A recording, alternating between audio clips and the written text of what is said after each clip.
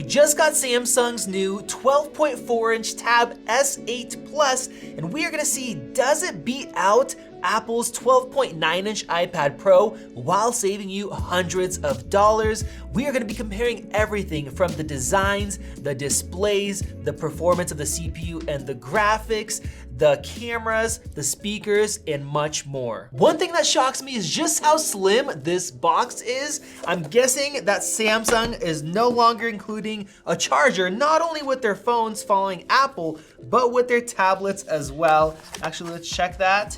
Yep, no charger whatsoever. That's kind of crazy because even Apple, they are still including a charger with their iPad. Now this thing in the hand feels very, very slim. Let's pull it out of that bag. All right, nice and clean look on the back. We do have a couple logos and then this black little stripe here, this little insert, and that is to charge and attach your S Pen. The tab is slightly thinner than the iPad, but about 20% lighter because overall it has a smaller footprint and a smaller battery inside. And in the hand, you definitely do notice it, but it's not a huge difference. One huge advantage of the tab is the fact that we have a micro SD card slot in here, if I can get it out, that is. And it allows up to a 1TB SD card, which won't be as fast as internal memory, but it'll save you a lot of money. Setting it up, we have an option of what authentication we want to use. So we do have facial recognition, but it is nowhere as secure as Apple's Face ID. So most people are going to be using the fingerprint scanner. Testing it out, it does seem like the little area for the fingerprint unlocking is smaller and more sensitive than Samsung's S22 phones, and it's a little bit less responsive as well, but it does still work and you can use it with the screen shut off.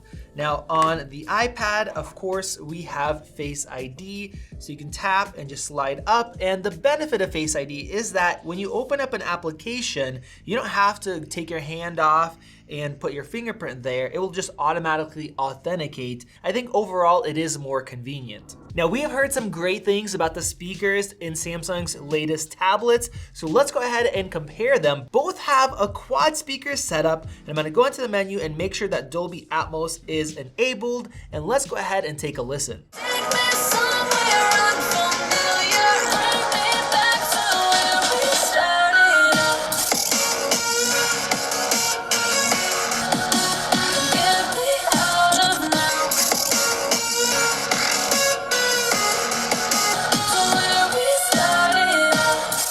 All right guys, well, you heard it for yourselves. That's a pretty big difference. The tab does sound pretty decent, but the iPad takes it to a whole nother level in terms of richness and bass. Let's just hear that one more time.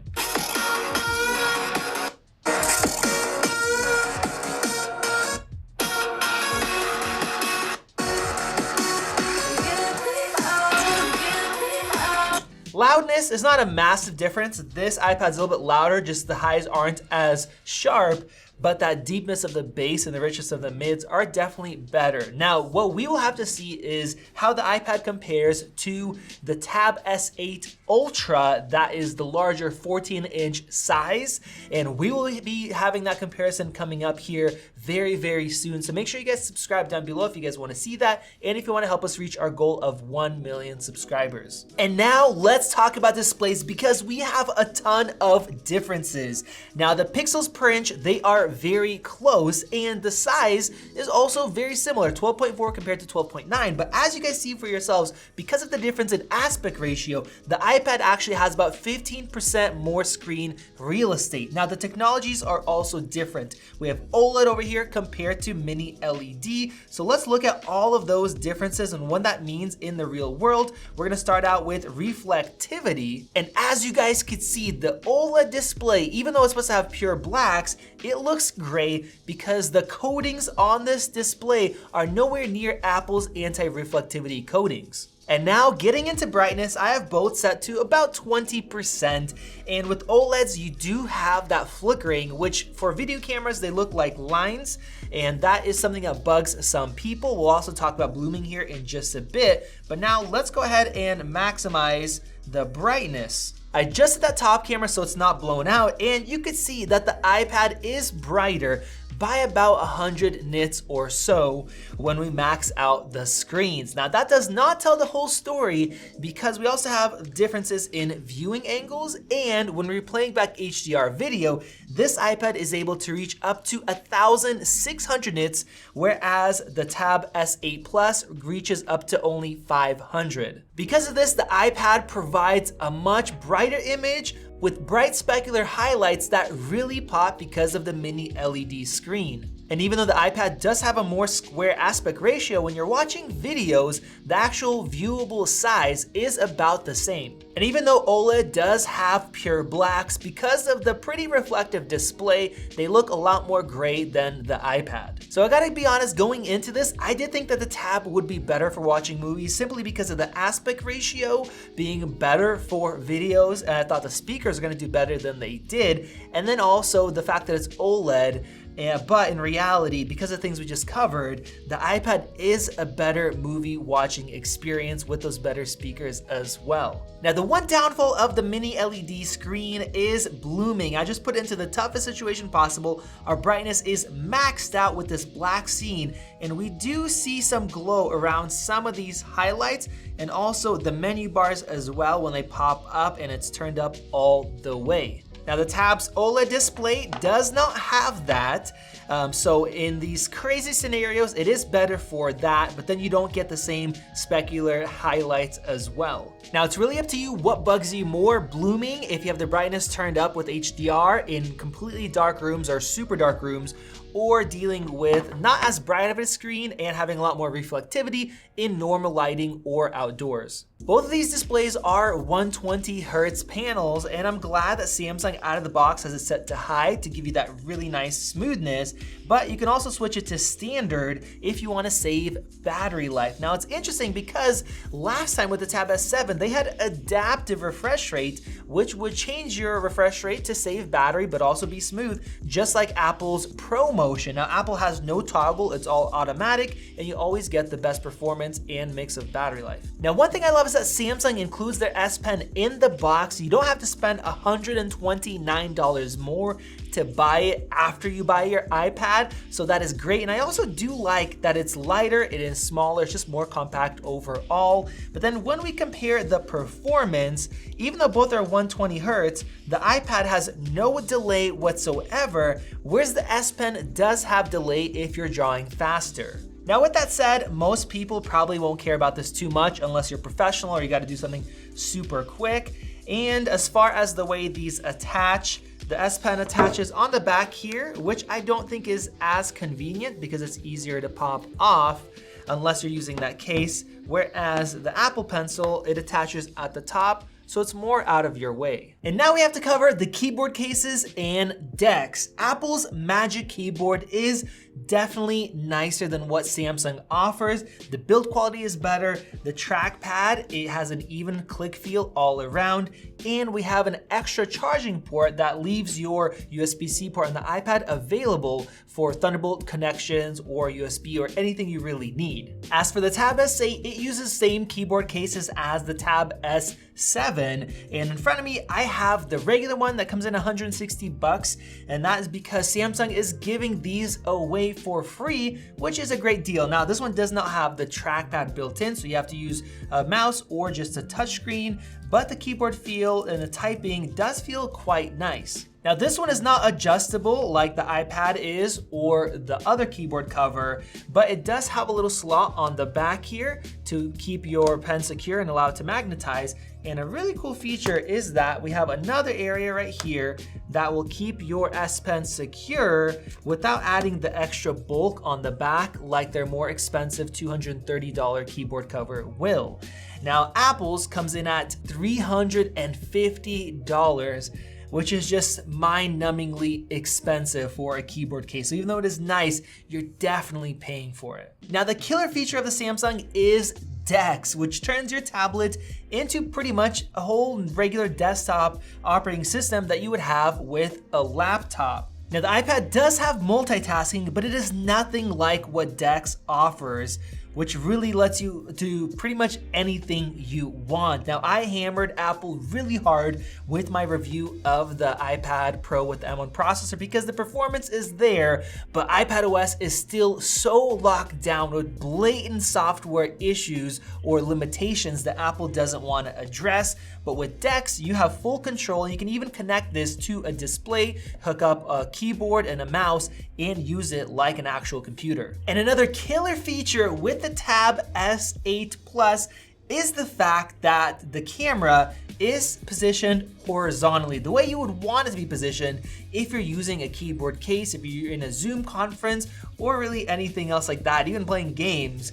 With the iPad, your camera is off to the side. So if you're sitting here talking to somebody, you're looking at your screen, you're basically looking like you're not paying attention to them at all. I've seen it in the news. It is very, very weird. Whereas Samsung, they position theirs correctly. So if you're looking at your screen, you're looking at who you're talking to. Now, both of these do have center stage or auto framing, like Samsung calls it. Samsung's does have a little bit more of a delay, but maybe they will improve it. Now, with that said, let's go ahead and just compare the video quality and the microphone quality. This is the video and microphone quality with Samsung's Galaxy Tab S8 Plus in a room with some HVAC noise. And this is the video and microphone quality with Apple's M1 iPad Pro sitting directly in front of me in a room with some HVAC noise. You guys let me know which one looked better and which one sounded better down below. And now let's compare the performance. The iPad has Apple's legendary M1 processor,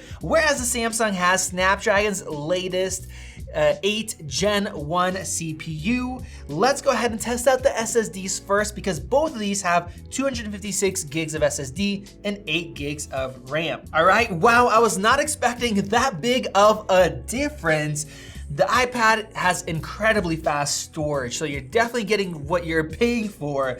As far as the read speed, it's 2.25 times faster, over double, and the write speeds are literally triple the speed. So definitely some very fast SSD storage in the iPad. And now let's test out the CPU performance. Both of these have 8-core CPUs, and they both have 8 gigs of RAM. Now, we already tested this processor in Samsung's S22 Ultra phone. I'm just hoping we get some more performance because this time it is in a tablet instead of a much smaller phone. Of course, we know the M1 is an absolute beast, but let's see what performance we get. All right, we have our results.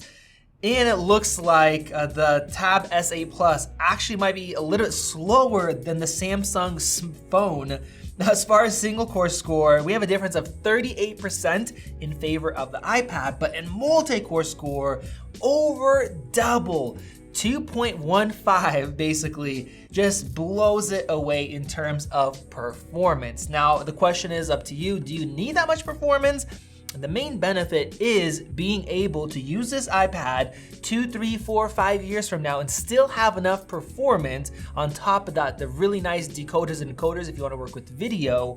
It's gonna keep up with what you want and of course better software updates. Whereas this one right now, the Samsung can handle most things that you throw at it and it's gonna not have any issues.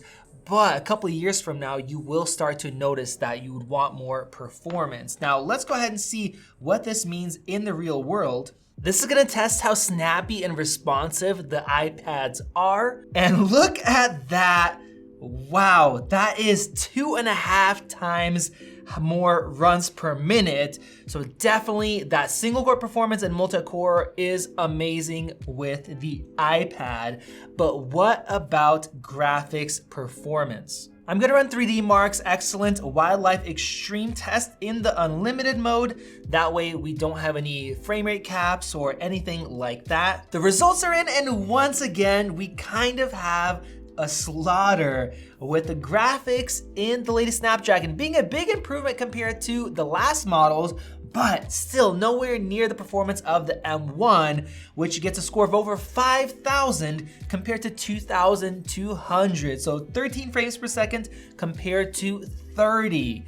massive difference in performance. So overall, no matter what you're doing, the iPad is just so much more powerful. I just wish that Apple would give it proper software or proper applications like Final Cut, Logic to make use of all this power. Now, of course, there are still good apps on the App Store, but the iPad is a lot more locked down than the Samsung, whereas the Samsung just cannot touch the iPad in terms of performance. Now, as far as cameras, we already covered the ultra-wide front-facing ones, but here's an image. You guys let me know which one looks best. And then on the back, both of these have two lenses. They have a standard lens for most of your shots, scanning documents, things like that, and an ultra-wide lens as well, so you guys can see the quality differences right there. Now, personally, cameras don't really matter to me that much, but the iPad also has that LiDAR sensor for augmented reality, which the Samsung does not have. And as far as battery life, this thing just came out, so we haven't tested it, but I looked online, it looks like you're gonna get about 1 to 2 hours more battery life with the iPad, just because you have that 120 Hertz ProMotion display that can vary the refresh rate, and that definitely saves power for the system. And the battery is a little bit more powerful as well. And then the M1 has 4 efficiency cores, so that gives it a leg up. Now, you guys saw all of those tests. In the beginning, I have to be honest, I thought that the iPad is just so expensive. You're paying, a little bit over $200 more to initially purchase it, and that's without the pen. But after doing this comparison, a lot of things are better. The speakers are better, your display with the mini LED 1600 nits is better, your SSD is a lot faster, the performance of the CPU and graphics, that's much faster, over twice as fast.